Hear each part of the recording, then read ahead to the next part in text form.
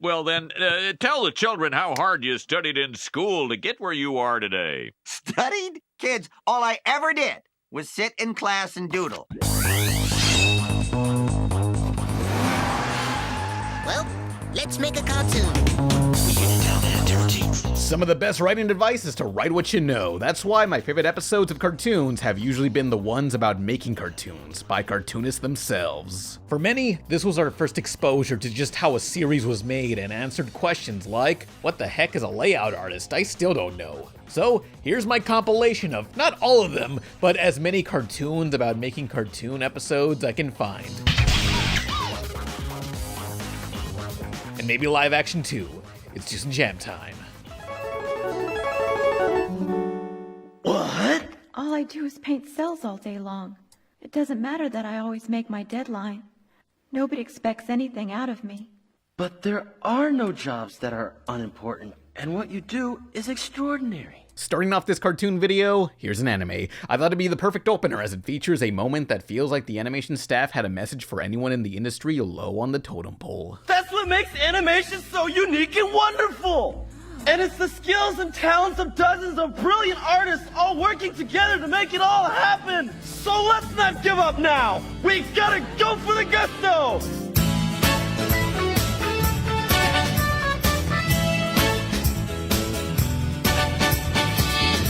GoldenBoy is a 6-episode anime OVA about a guy and a bike, traveling around and doing different jobs per episode while trying to score.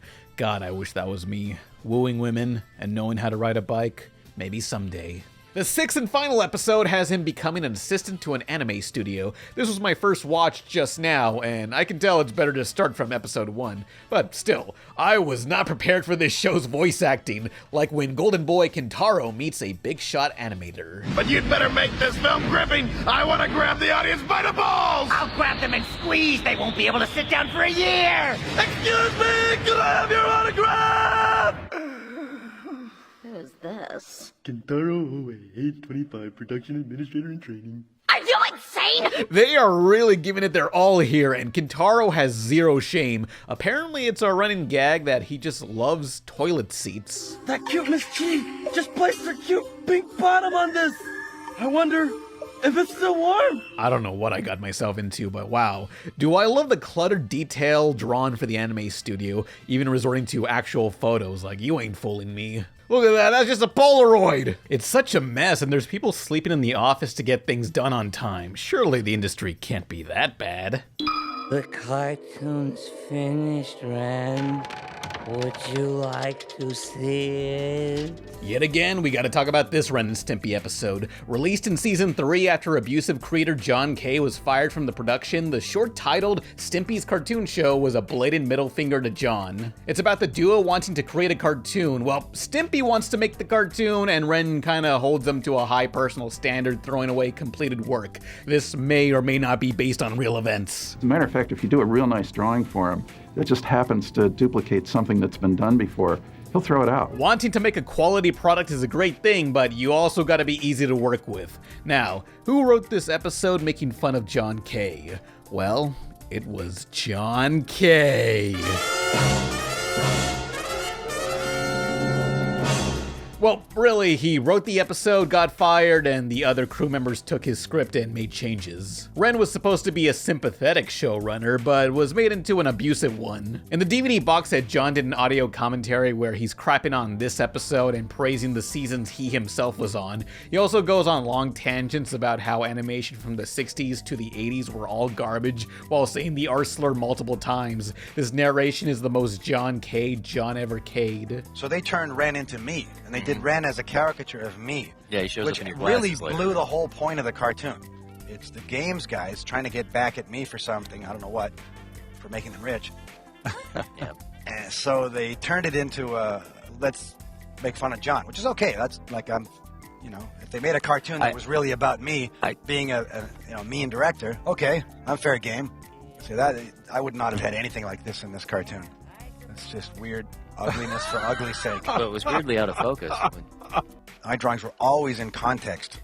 When I do acting, I may come up with weird expressions, but they're weird for a reason. They're not just They're not just weird for weird's sake. God, I miss audio commentaries. It's 3 a.m. on a Sunday, Cartoon Network is on the TV, and you fall asleep only to wake up to this.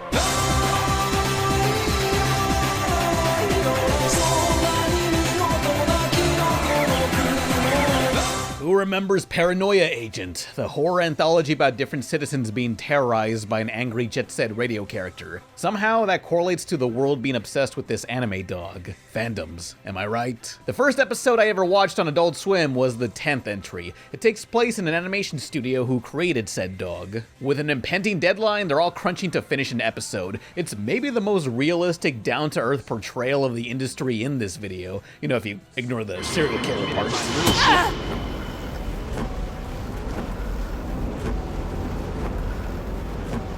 Oh, and for those who aren't familiar with the art process, that cartoon dog, Moromi, will give some explanations, like what the hell is a production manager? The production manager's job is to manage the schedule and staff in order to ensure that the production moves forward as smoothly as possible. An obtuse, blunder-prone dolt probably won't last very long at this job. Oh, so that's what that title means. This episode follows a production manager who is a complete moron. If I was ever a production manager, this is exactly what would happen. Do not trust me with anything. I can't even reply to my emails in a timely manner. Thanks to him, he screws up everything. It's raining, so don't get it wet. Be real careful. Right. Don't worry, it's in very good hands.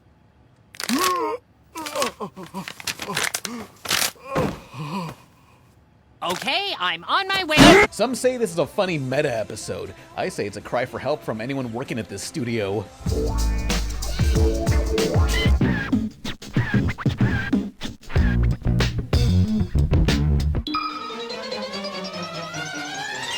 We're tiny, we're toony, we're all a little loony. And in this cartoony, we're invading your TV.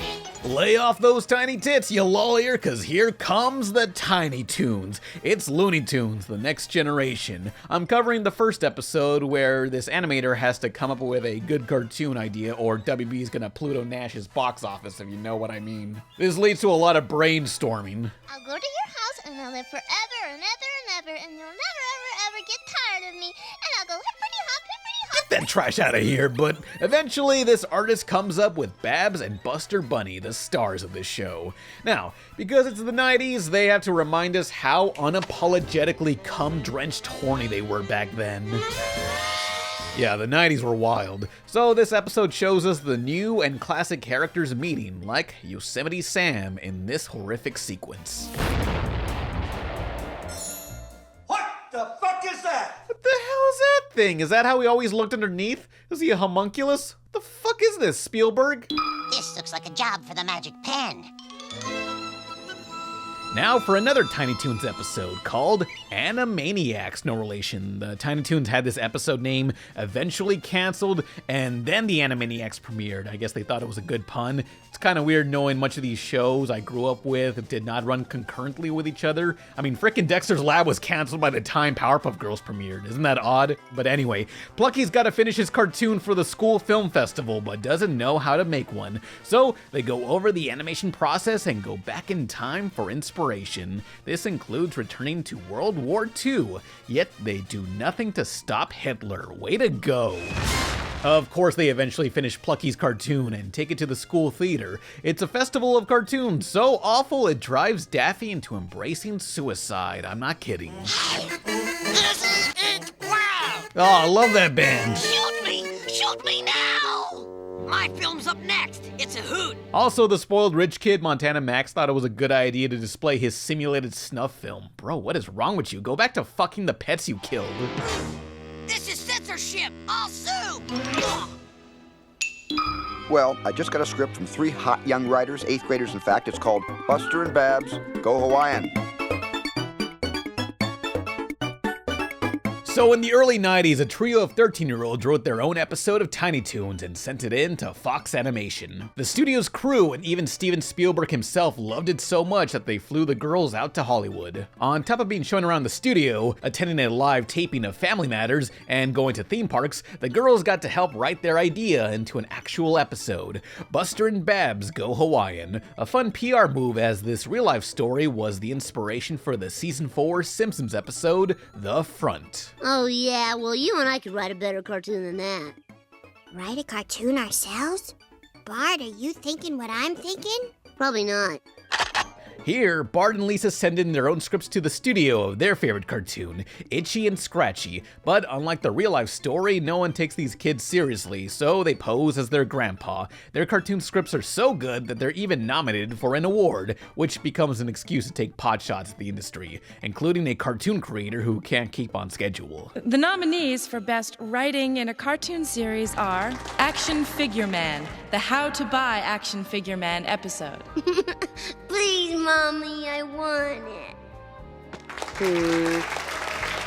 Ren and Stimpy, season premiere.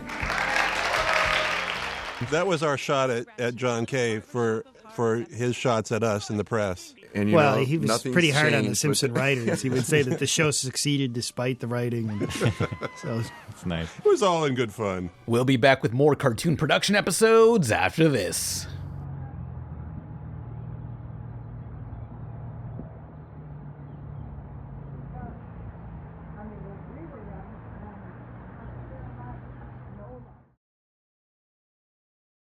Are you tired of this happening? Well, you need Surfshark VPN. Yes, sir, the sponsor of tonight's video. What's a VPN? It's great. It changes your internet region and protects your privacy. You got Netflix, just switch regions and bam, you can see what other countries have on their Netflix. It's that easy. How about something to keep you safe, especially on public Wi-Fi? Nothing can stop you. Use the code RebelTaxi to get 83% off plus 3 extra months. Don't like that? You got a 30-day money-back guarantee. Oh, what? You got an incognito window on your browser? Wow, that's completely useless. Surfshark VPN. It's got clean web. This thing will block malicious ads, trackers, and malware. Don't trust an internet provider. Trust Surfshark VPN. Use the code RebelTaxi to get 83% off plus 3 extra months. You got a 30-day money-back guarantee. VPN.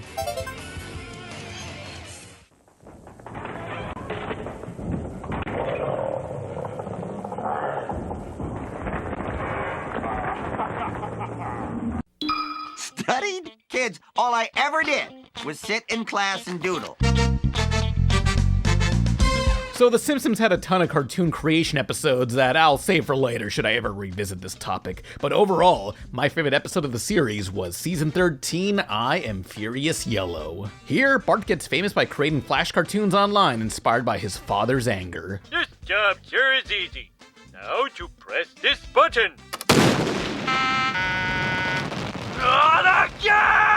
God, yeah, that was the dream. You can see why this was my favorite episode as a kid. Now, guess who cameos when Bart goes to the comic book store for art advice? So you're saying I should keep trying? Absolutely. And if you fail, you can always open a comic book store. Stan Lee insulted me. It's all going well, though. It's a shame this episode aired in 2002 as it was a mockery of the .com bubble. Back when the internet was becoming more popular, companies wanted to cash in. Problem was, no one knew how to make money on the internet back then, which caused the demise of many, many startups, including Bart's cartoon website. Such a different time. Good thing YouTube today is a financially stable website for many creators. Right? Ow! Right? I always thought an animated cartoon was supposed to be animated. The only thing moving is their lips. While asking for suggestions for this vid, everyone was requesting this Kirby episode as if I didn't already know. Please, I was loving this show when it premiered, don't underestimate me. The Kirby episode, Cartoon Buffoon, has the evil ruler King Dedede hiring the whole town to create a cartoon with zero experience. This leads to a complete mess of a production. With a short deadline, the unfinished cartoon had to be broadcasted live as they ad-libbed the voice recordings. The end result is a crude reenactment of the first episode of the actual series. Except it's a propaganda piece where Dedede is the hero and Kirby is the monster.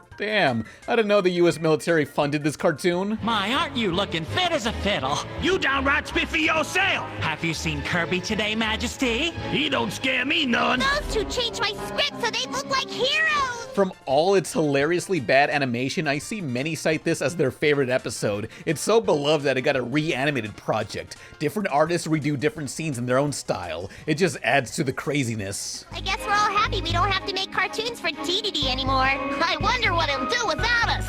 I salute anyone who can make a good cartoon. It ain't easy, but it was sort of fun.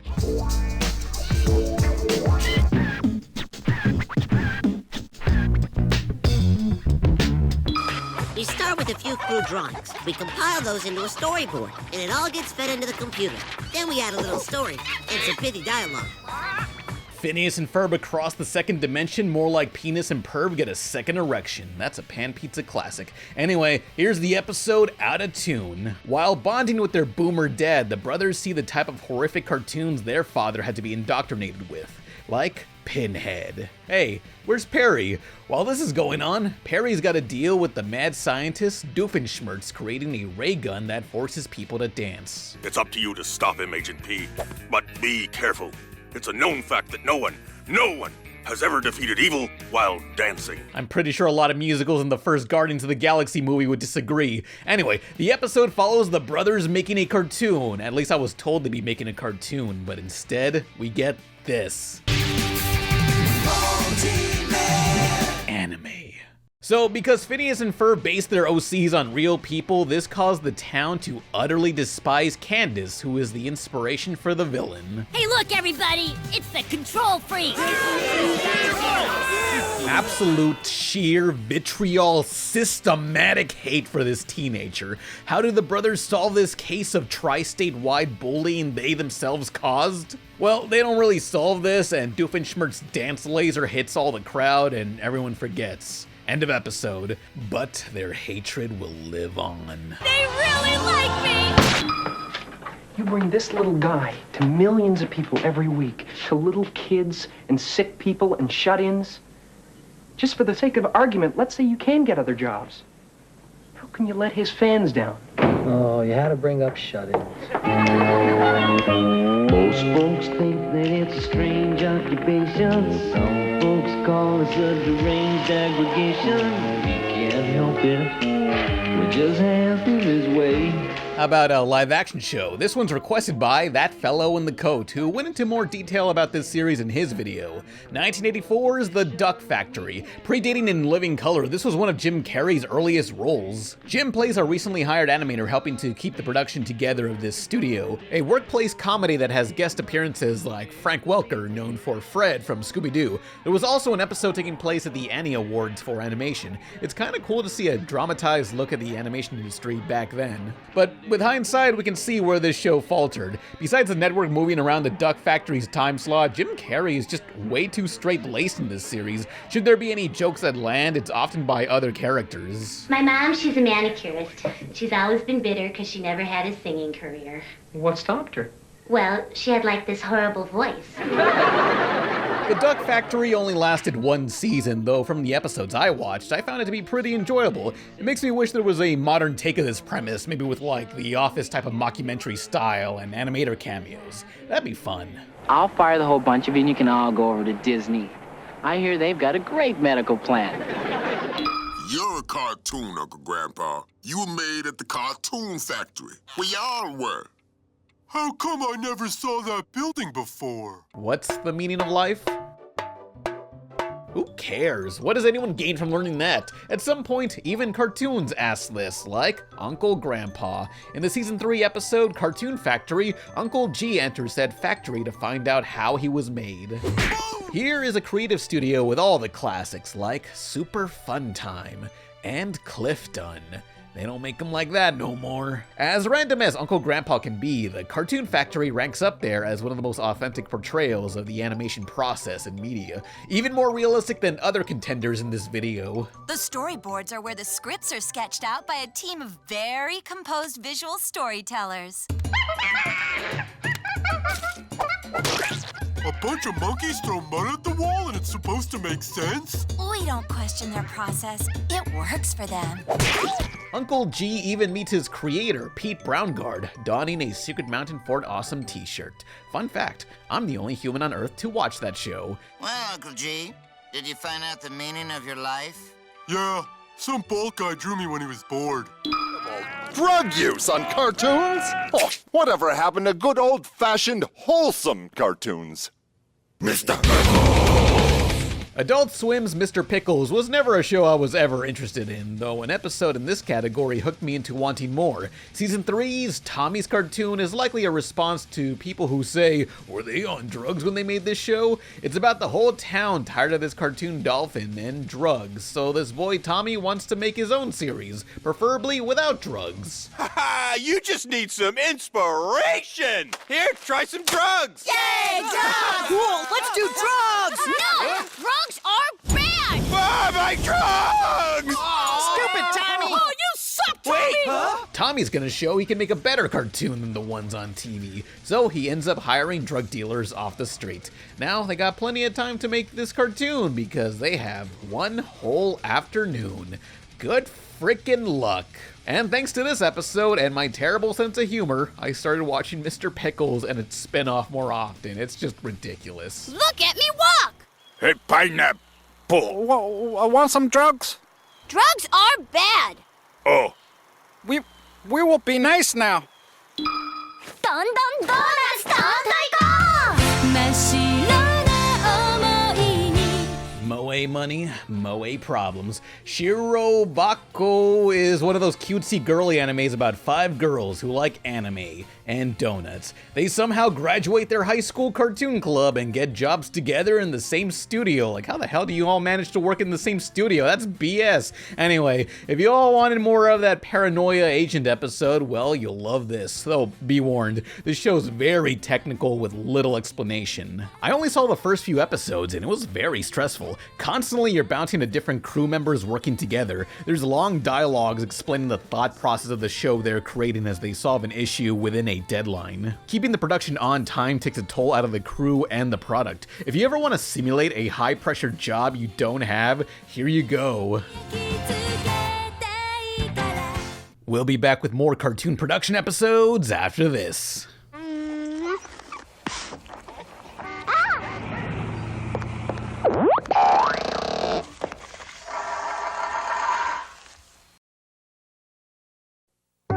Next on Nickelodeon, it's Rocko's Modern Life, followed by Clarissa Explains It All. And here, this'll tell you anything you want to know. 7,291 simple steps to making an animated cartoon. On April 1st, 2013, the channel Teen Nick claimed they were gonna air a lost Rocko's Modern Life episode. This was over a decade after its cancellation, so this was a big deal until you actually watch it, which was 30 minutes of this.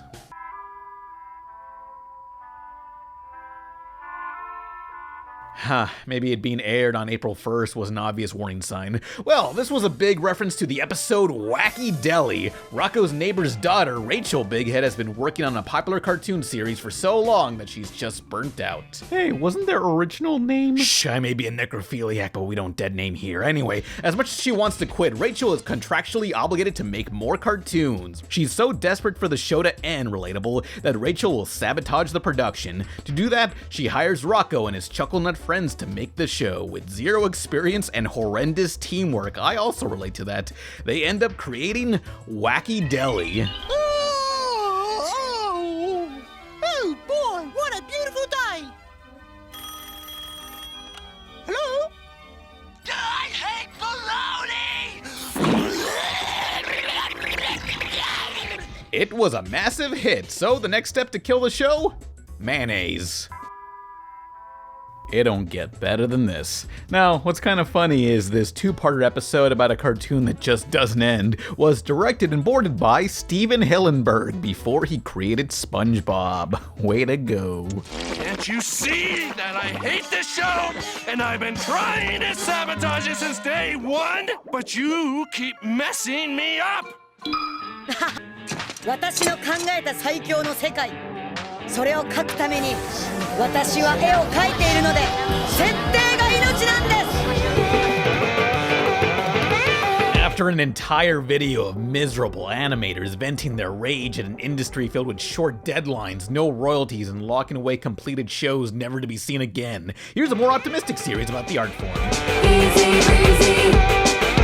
Easy breezy. Keep Your Hands Off Eizouken, which roughly translates to Keep Your Hands Off Film Class. It follows 3 girls who come together in their own anime club. A typical episode has them brainstorming wild ideas in these sorts of dream sequences directed by Masaki Yuasa. He's known for everything from Mind Games, Kaiba, Devilman Crybaby, or the Food Chain episode of Adventure Time. It's such a scrappy anime showing an appreciation to the techniques used for the process. But it's not all whimsy. The trio's dynamic is the perfect balancing act between ambitious ideas, getting them on paper, or handling the money and schedule. There's so much problem solving that comes with the production, and some of those great ideas you came up with just won't make it into the final product. You got others depending on you to get the job done.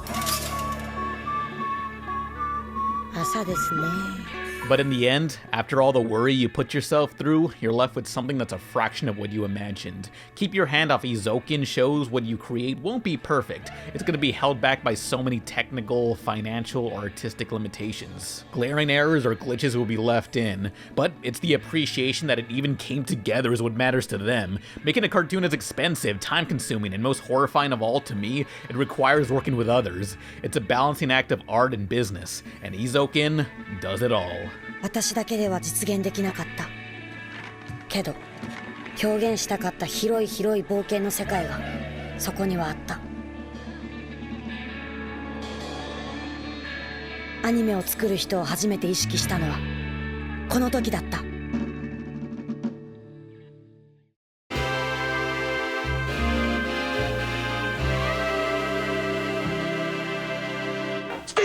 What are you watching now, you sick little monkey? Shh! I'm getting ready for Rocko. It's the world premiere of Nickelodeon's newest Nicktoon, Rocko's Modern Life. What in the blazes? He's a winsome little wallaby living on his own, trying to cope with everyday life with his dim-witted dog, Spunky, his best friend, Heifer, and the big heads next door. Don't miss the world premiere of Rocko's Modern Life.